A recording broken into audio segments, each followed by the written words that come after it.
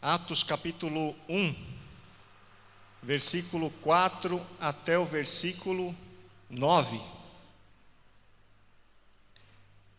Certa ocasião, Jesus, enquanto comia com eles, deu-lhes esta ordem: não saiam de Jerusalém, mas esperem pela promessa de meu Pai, da qual lhes falei.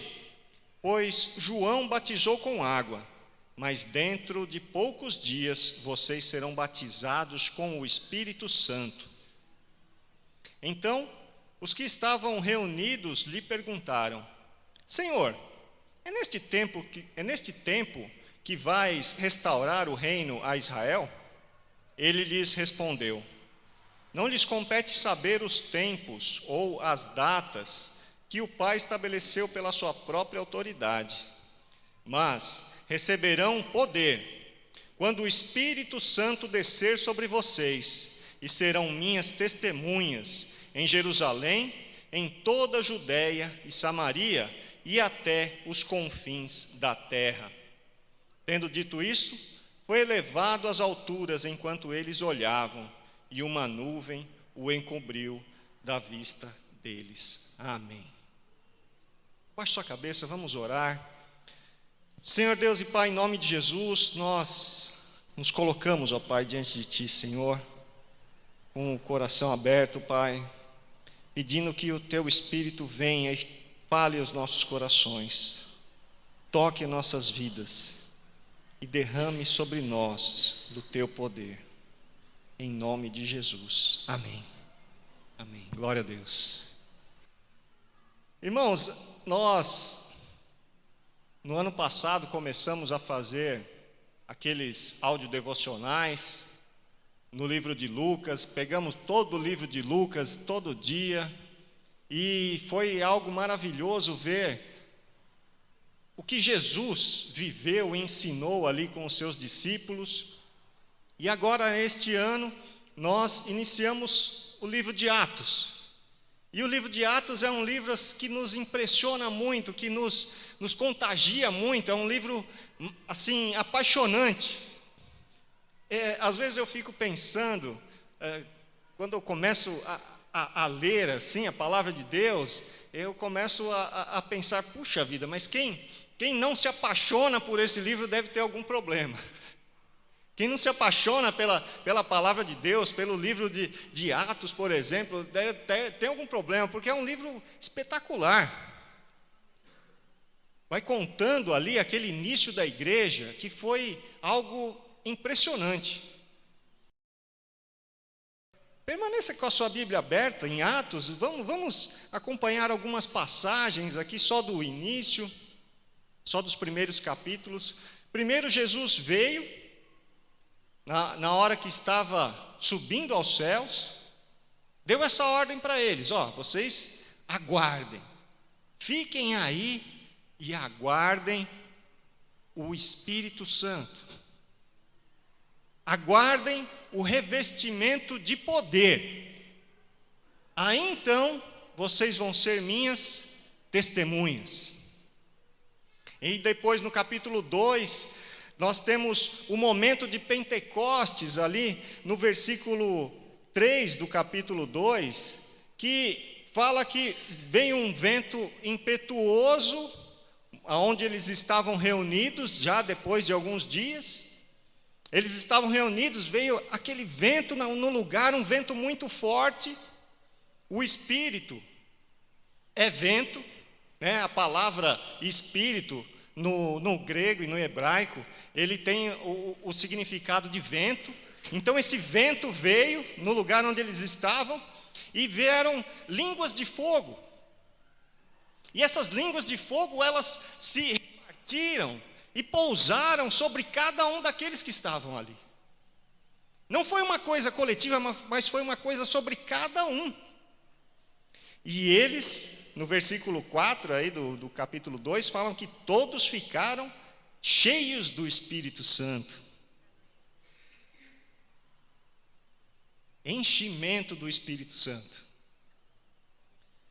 Na sequência, nós temos aquele episódio em que eles falavam em outras línguas, em línguas de outros povos que estavam ali. E Pedro vem e faz uma pregação espetacular. Pedro faz uma pregação ali e logo no final do capítulo 2, nós vemos que ali naquela pregação já houve um acréscimo de 3.000 pessoas à igreja. A igreja que praticamente está sendo naquele momento, já com um acréscimo de 3.000 pessoas num único dia.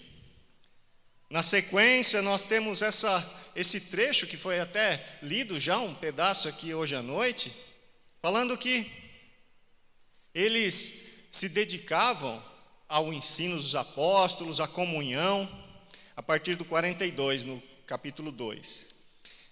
E eles se dedicavam a esse ensino, se dedicavam à comunhão, se dedicavam ao partir do pão, comiam juntos, oravam juntos, e todos estavam cheios de temor. E eles mantinham-se unidos e tinham tudo em comum. Olha só que milagre. É um milagre muito grande, porque é a conversão do bolso. Muita gente fala aí que o bolso é o último a ser convertido, né? Realmente, a pessoa, quando ela consegue abrir mão dos seus recursos, é porque ela realmente está transformada. E essa transformação, ela era evidente na igreja.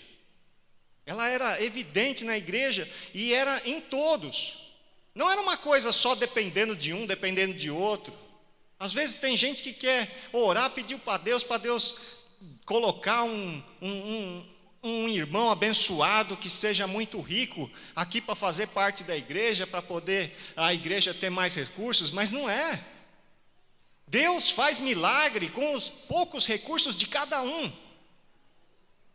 A igreja sempre foi formada de pessoas pobres, pessoas com poucos recursos, mas com grande coração, que se uniam e resolviam os problemas. Na sequência aqui nós temos essa bênção aqui, no capítulo 2, no final do capítulo 2, no final ali do último versículo, o Senhor lhes acrescentava diariamente os que iam sendo salvos. Diariamente. Uma igreja que crescia diariamente. Ela não crescia somente nos cultos de domingo. Não havia conversões somente no culto tal, no culto de tal dia. Era todo dia. Porque era uma coisa que estava alastrada na igreja. Todos estavam debaixo desse poder do Espírito Santo. E aí, eles eram testemunhas, aonde quer que estivessem, em qualquer hora, em qualquer lugar. E por isso a igreja crescia diariamente. Olha que maravilha. Depois nós temos aqui no capítulo 3, a cura de um aleijado de nascença que causou um rebuliço e fez com que Pedro fosse preso. Por causa daquela cura que aconteceu no templo e fez um rebuliço muito grande, Pedro foi preso. E aí, aquele homem que pouco tempo atrás estava negando a Jesus, diante de pessoas comuns, diante de pessoas que não tinham nenhuma relevância, que perguntaram para ele se ele era seguidor de Jesus, que achavam que ele era seguidor de Jesus, e ele falando, não sou. Pessoas comuns. Ele não teve a coragem de falar que era seguidor de Jesus. E agora Pedro, no capítulo 4, no versículo 8, nós vemos que Pedro estava cheio do Espírito Santo. E diante daquelas autoridades, diante do sinédrio, o mesmo sinédrio que condenou Jesus à cruz, Pedro estava afirmando: vocês crucificaram o justo, vocês crucificaram o Messias, vocês crucificaram aquele que foi prometido por Deus. Olha só, aquele que não teve coragem de assumir Jesus na frente de pessoas comuns, agora estava ali, diante do sinédrio, diante de homens que podiam condená-lo à morte naquele momento. E ele tendo a coragem de falar de Jesus, e eles mandando que ele parasse de falar no nome de Jesus, e ele: não vou parar, eu vou obedecer a Deus, eu não vou obedecer a homens. Olha só, isso tudo consequência do quê? Do poder do Espírito Santo. Amém? Na sequência, no capítulo 4 mesmo, nós vemos que eles, depois que foram libertos dessa prisão, e chegaram junto ao grupo dos irmãos que já estavam em oração. Eles começaram a orar, pedindo para Deus ainda mais coragem para anunciar o Evangelho. E o que aconteceu? No versículo 31 aí do capítulo 4, depois de orarem, tremeu o lugar onde eles estavam reunidos. O chão tremeu, meus irmãos. Olha só que coisa. E todos ficaram cheios do Espírito Santo e anunciavam corajosamente a palavra de Deus. Poder do Espírito Santo. Depois, na sequência, ainda comenta novamente dos irmãos repartindo seus bens, suprindo uns aos outros. No capítulo 5, nós vemos a morte de Ananias e Safira, que estavam mentindo ao Espírito Santo, mentindo a Deus, e morreram por causa disso. Depois, a partir do capítulo 5 mesmo, nós vemos na sequência, depois desse parágrafo de Ananias e Safira, nós vemos que os apóstolos realizavam sinais e maravilhas entre o povo. Os apóstolos. É interessante, quantos apóstolos tinham? Quantos? 12? 10? 12 apóstolos. Nós temos poucos nomes falados aqui no livro de Atos, dos apóstolos. Existem apóstolos que não foram comentados seus nomes apenas na lista lá quando descreveram o nome dos 12, e depois não se falou mais.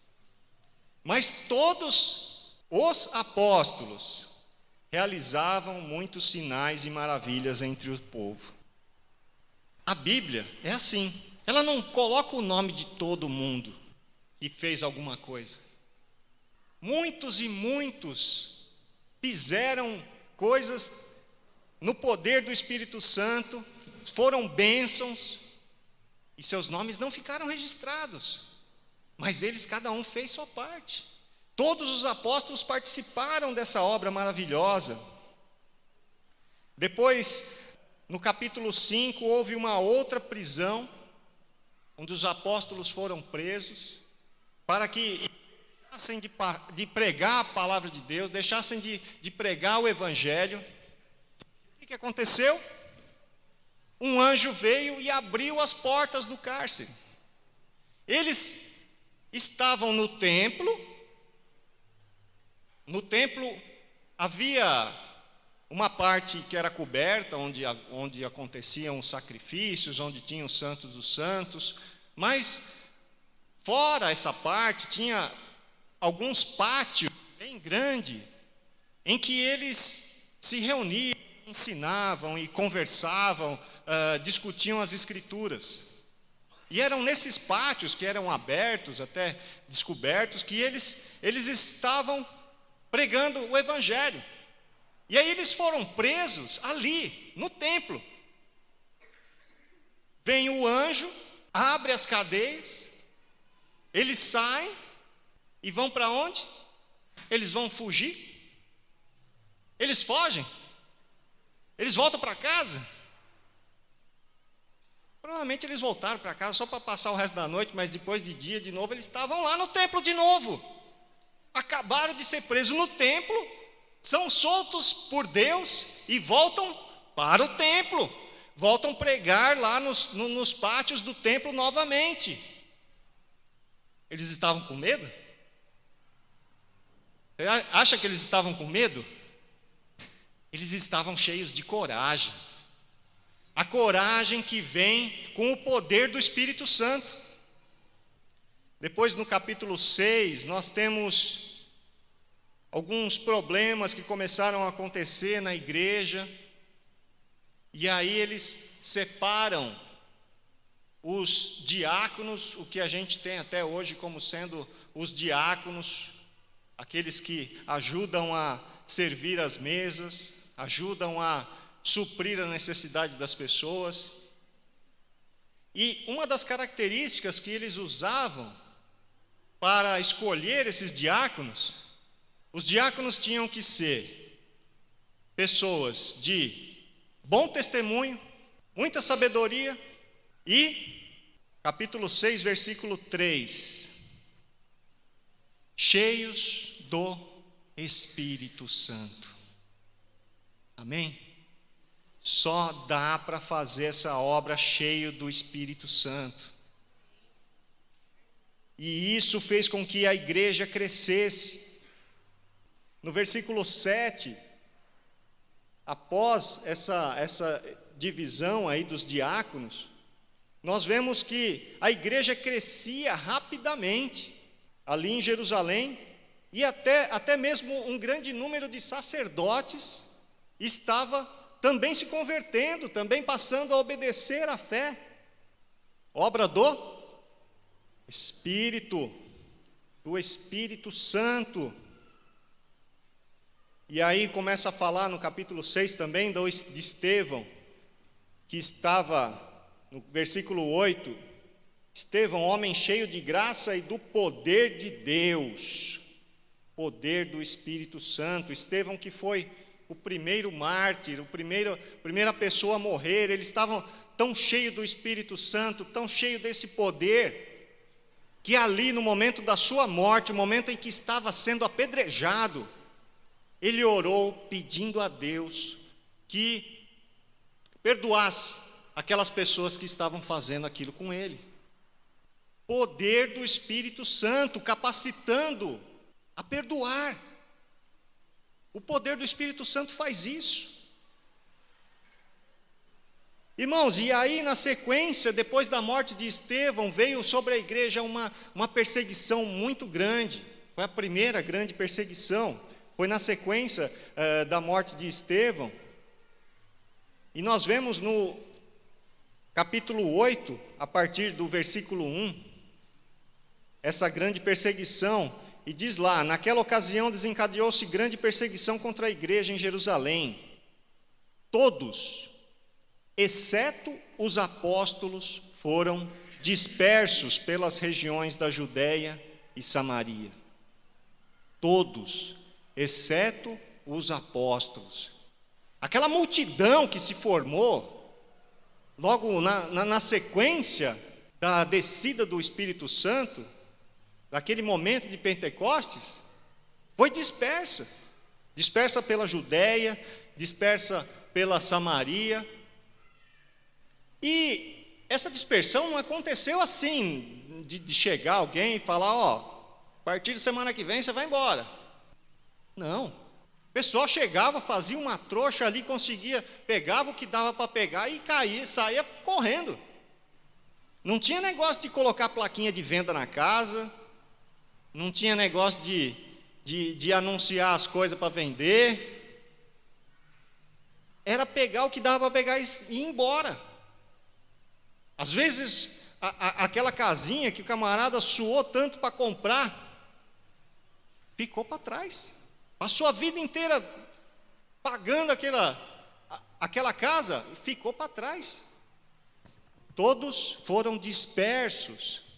Mas o mais incrível, na sequência, no versículo 4 aí do capítulo 8, os que haviam sido dispersos pregavam a palavra por onde quer que fossem. Apesar de estar num momento de profunda tristeza, porque perderam tudo, eles não ficaram se se colocando como vítima. Oh Senhor, eu perdi tudo. Não, aonde quer que eles estavam pregando a palavra, mesmo apesar das dificuldades, eles estavam pregando a palavra. Por quê? Porque estavam cheios do poder do Espírito Santo. O poder do Espírito Santo faz isso. A gente é capaz de ignorar até mesmo as nossas maiores dores. Mesmo sofrendo, você continua ali sendo bênção. Fruto do poder do Espírito Santo. Irmãos, é impressionante. Eu vou parar por aqui. Essa descrição de Atos, dos primeiros capítulos de Atos, mais tantas e tantas ocasiões maravilhosas do poder do Espírito Santo aqui em Atos. E a gente vê esse livro fabuloso, com essas fugas espetaculares da cadeia. O pessoal fugia da cadeia ali, rapaz, de um jeito, mas era uma atrás da outra. Um tempo atrás tinha um seriado aí chamado Prison Break. Rapaz, o pessoal fugia mais da cadeia aqui em Atos do que naquele seriado lá. É mais emocionante essas fugas aqui do que daquele seriado. E olha que foi um seriado de sucesso, hein? Mas a gente vê, irmãos, a coragem daqueles discípulos, a coragem de todos. Não era um ou outro, não, é a coragem de todos. Uma hora é milagre, outra hora é o chão tremendo, outra hora é pessoas morrendo porque estavam fazendo coisas erradas, e depois outros ressuscitando, demônios sendo expulso. E esse crescimento gigantesco da igreja, por causa do povo. O povo, as pessoas do povo, pessoas que eram pessoas simples, que faziam parte dessa igreja. Não eram só pessoas importantes que eram responsáveis por esse crescimento da igreja, mas pessoas simples, como eu, como você, que fizeram esse rebuliço tão grande naquela região, naquela época.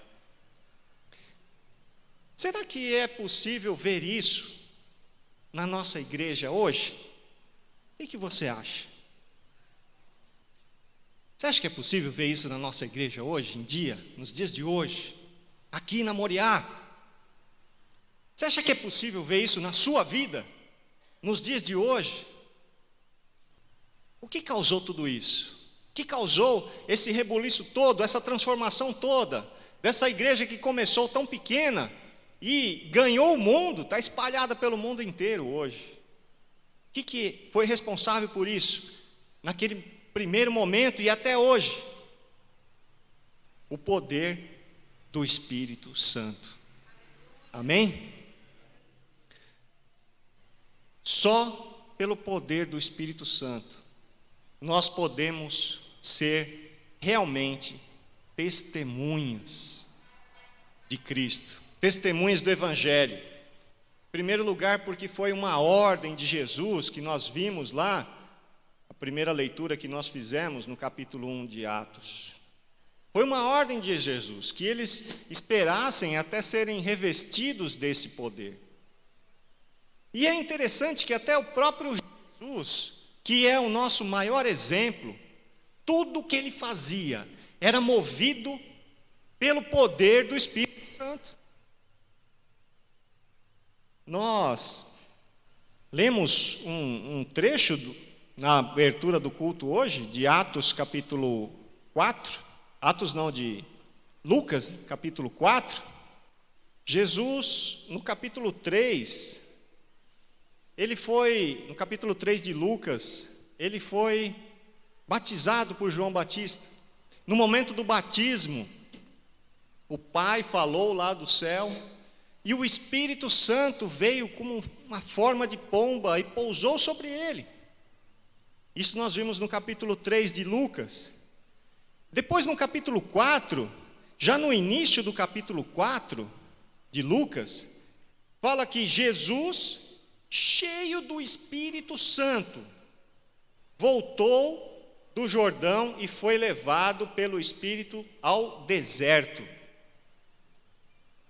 Jesus enfrentou as tentações lá do deserto cheio do Espírito Santo, cheio desse poder. Só dá para enfrentar a tentação cheio do poder do Espírito Santo. Se a tentação está te derrubando, o que você tem que fazer? Buscar o poder do Espírito Santo. Foi no poder do Espírito Santo que Jesus passou pelas tentações e venceu o inimigo ali no deserto. Venceu o próprio Satanás. Depois, na sequência desse episódio que Jesus humilhou o Satanás, nós vemos nesse capítulo 4 mesmo, no versículo 14, que Jesus voltou para a Galileia no poder do Espírito. E aí ele ensinava nas sinagogas no poder do Espírito, cheio do Espírito. E depois vem aquela parte que foi lida no início do culto, que ele, quando chegou numa das sinagogas e leu lá que o Espírito do Senhor está sobre mim, porque me ungiu para pregar boas novas aos pobres. Aqueles que não tinham nada, aqueles que eram simples, aqueles que não mereciam nada, muitas vezes, na visão dos mais poderosos, aqueles iriam também receber poder. Em Jesus acontece isso. Os pobres recebem poder. Aqueles que estão presos por esse poder também são libertos. Aqueles que não veem, que são cegos, voltam à vista. E aqueles que estão oprimidos sentem essa liberdade pelo poder do Espírito Santo. Jesus nos deu o exemplo, uma vida no poder do Espírito Santo. O próprio João Batista, antes de batizar a Jesus, ele falou: eu não sou o Cristo, mas ele, quando virá, batizará com o Espírito Santo e com fogo. Fogo é um dos símbolos do Espírito Santo. Fogo é um grande símbolo de poder. O que é poder? O que significa a palavra poder? Já parou para pensar? Poder é tudo aquilo que a pessoa pode fazer. Alguém aqui já esteve aí no Atacadão? Já foi dentro do Atacadão ali? Comprar alguma coisa no Atacadão, no Roldão? É interessante, eu, por exemplo, eu tenho poder para levantar uma garrafa PET de refrigerante. Até um fardinho acho que dá para levantar. Mas aí tem aqueles pallets com aquele monte de garrafa PET, até enrolado com plástico. Eu não tenho poder para levantar aquilo, nem desencostar do chão. E aí vem aquela empilhadeira, numa facilidade, enfia ali o ferro por baixo do pallet, e bem silenciosa, levanta aquilo ali na maior moleza e coloca lá, em cima, bem lá no alto. Poder. Força. Poder é uma força. As bombas que explodiram lá em Hiroshima e Nagasaki, elas tinham força para destruir uma cidade. Poder também, além de força, poder também é capacidade. Um médico cirurgião, ele tem a capacidade de fazer uma cirurgia. Eu não tenho. Ele tem essa capacidade. Então, é um tipo de poder. autoridade. Poder também é autoridade. Às vezes a gente está lá no gabinete lá do pastor Marcos Alvarenga e aparece aqueles carros estacionados ali na frente do estacionamento nosso, bem na hora que a gente precisa sair. Dá vontade, né? Se a gente tivesse esse poder, tivesse essa autoridade de multar aquele camarada que colocou o carro em cima da calçada ali, tampando o estacionamento. Policial tem autoridade de fazer uma multa ali. Ele tem esse poder. Então, poder é força, é capacidade ou autoridade para fazer alguma coisa. O poder ele está sempre relacionado ao objetivo, ao que pode ser feito, ao que vai ser feito com aquele poder. Quais são os objetivos da sua vida? Por que isso bate o seu coração? Você fica empolgado? Quais são os objetivos que você tem? Nós podemos ter vários objetivos na nossa vida. Mas, para a gente seguir o que a Bíblia ensina, a gente tem que buscar, em primeiro lugar, o reino de Deus e a sua justiça, e as demais coisas nos serão acrescentadas. Os objetivos espirituais são mais importantes na nossa vida do que todos os outros. Você pode ter outros objetivos? Pode. Mas são secundários. Se acontecer, tudo bem. Se não acontecer, meu objetivo principal está aqui. A gente pode ter outros objetivos na vida, não tem nenhum problema. Pagar os boletos. Você tem boleto para pagar? Pagar os boletos todo ano, todo mês, né? Encher a barriguinha, né? Conquistar talvez alguns bens materiais, comprar um carro, comprar uma casa, ter um emprego, formar uma família e sustentar essa família, claro. Lá no final da vida, se aposentar. Um dia, quem sabe, né? Vamos ver de acordo com essa reforma da Previdência. Essa vida é uma vida material, uma vida aqui, meia boca. É você conseguir pagar os seus boletos, é você encher sua barriguinha, ter algumas coisas, você ter o seu emprego, família e se aposentar. Tem muita gente que se contenta com isso. Gente que o alvo da sua vida é só isso. Precisa do poder do Espírito Santo para isso? Não precisa. Você não precisa do poder do Espírito Santo para isso, não. Em Lucas 6,35 fala que Deus é bom até com os ingratos e maus. Até os ingratos e maus têm a possibilidade de ter essa vidinha meia boca, de pagar seus boletos, de encher sua barriguinha, ter sua família, ter suas coisinhas.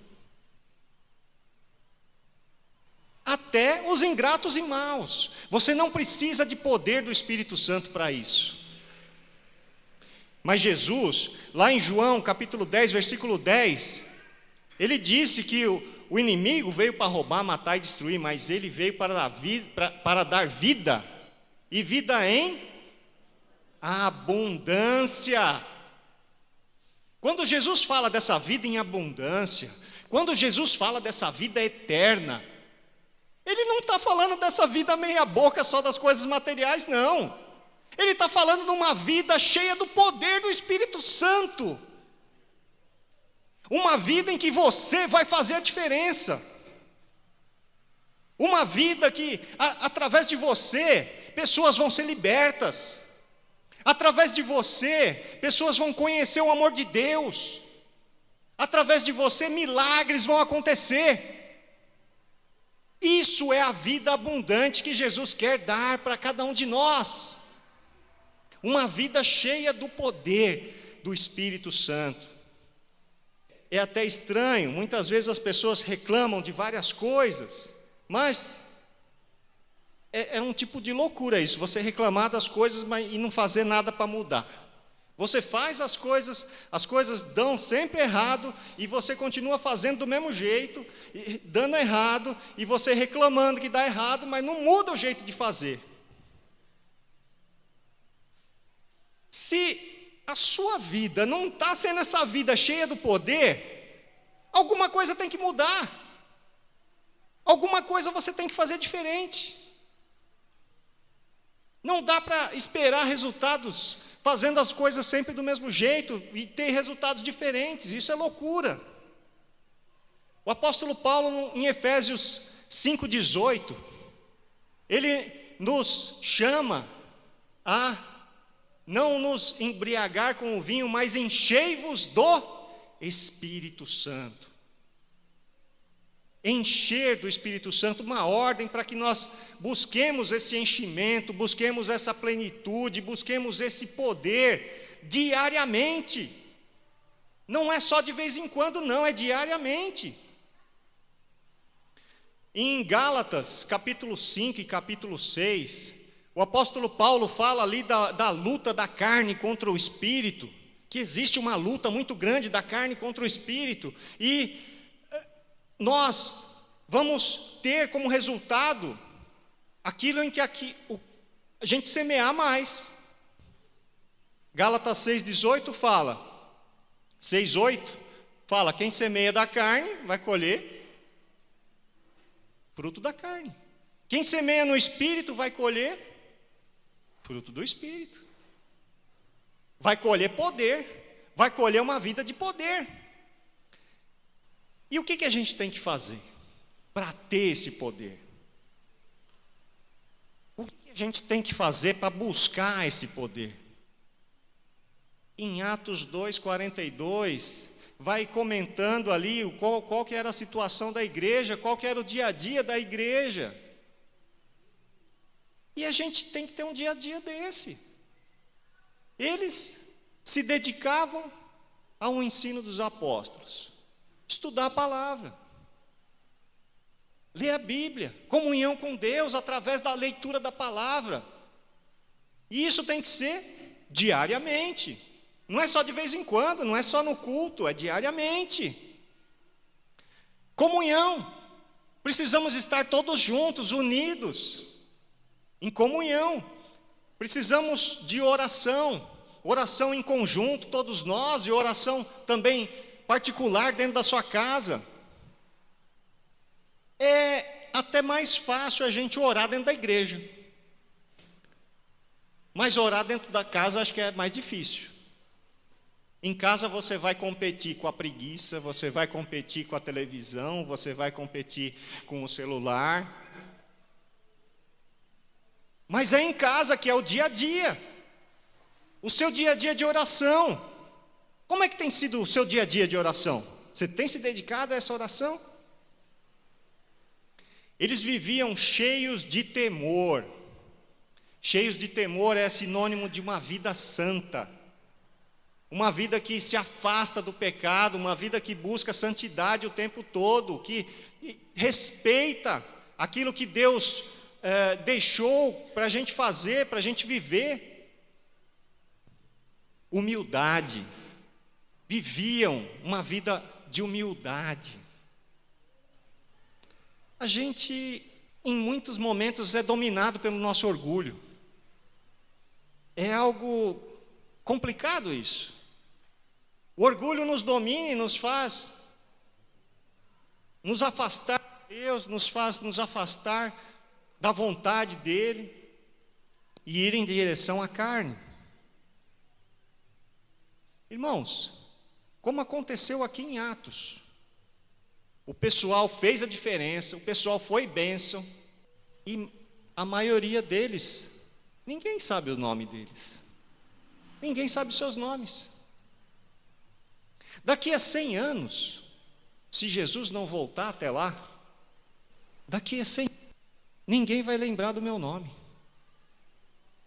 Ninguém vai saber quem foi Marco César Muniz. Não vão saber. Você lembra de alguém da sua família de 100 anos atrás? Vai acontecer com você e comigo. Os nossos nomes vão ser apagados da história. E isso é normal. A gente parece às vezes até um choque pensar nisso, né? Puxa vida. Mas é um choque por causa do nosso orgulho. Porque a gente se acha muita coisa. A gente se acha... Mas a Bíblia fala que o homem é como uma névoa que se desfaz. Quando a gente realmente tem humildade, deixa de lado esse orgulho, esquece isso, esquece que vai ser lembrado, isso aí não vale de nada. A gente consegue realmente levar a sério as coisas de Deus. A gente consegue se desapegar, a gente consegue ser mais liberal em colaborar, estão necessitando, a gente consegue se envolver mais na obra do Senhor, a gente consegue ver a necessidade das pessoas, estender a mão, e a gente consegue ser bênção. Meu irmão, somos nós, cada um de nós, responsáveis por esse ministério. A Igreja Batista Moriá, ela vai fazer a diferença quando todos nós estivermos buscando esse poder, buscando esse enchimento do Espírito Santo. A Igreja Batista Moriá vai fazer a diferença na onde nós estamos inseridos aqui, através de cada um de nós. Não depende do pastor Alvarenga, não depende de mim, não depende do pastor Daniel, é todos juntos, todos no mesmo objetivo, buscando poder, buscando a capacitação do Espírito Santo para fazer essa obra e ser testemunhas do Evangelho aqui, em Osasco, e mudar a realidade desse lugar. Você está disposto a fazer isso? Amém?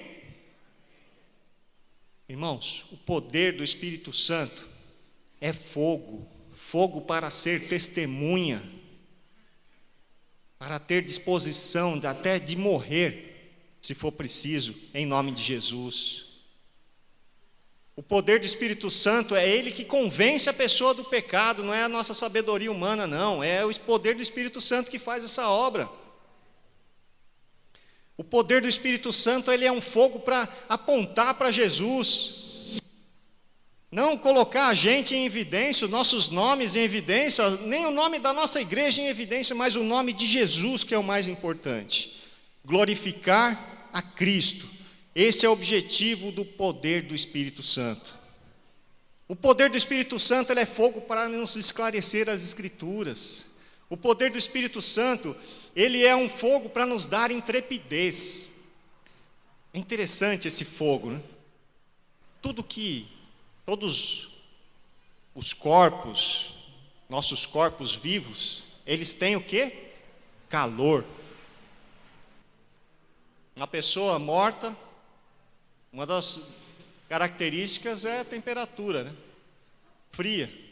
Mas quem está vivo tem calor. O Espírito Santo é fogo para nos dar calor, para nos aquecer, para nos dar vida, para nos dar alegria, energia, força, intrepidez, coragem. Meu irmão, minha irmã, tem crente que tem medo até de olho gordo, tem medo de inveja. Meu irmão, quem está no poder do Espírito Santo, não precisa temer não precisa temer nem o Satanás. Em nome de Jesus ele vai cair, ele já é derrotado. Meu irmão, minha irmã, o que você quer para a sua vida hoje? Quer levar uma vidinha normal, de pagar boleto, encher a barriga? Ou você quer viver no poder do Espírito Santo? Convido a igreja a se colocar em pé nesse momento.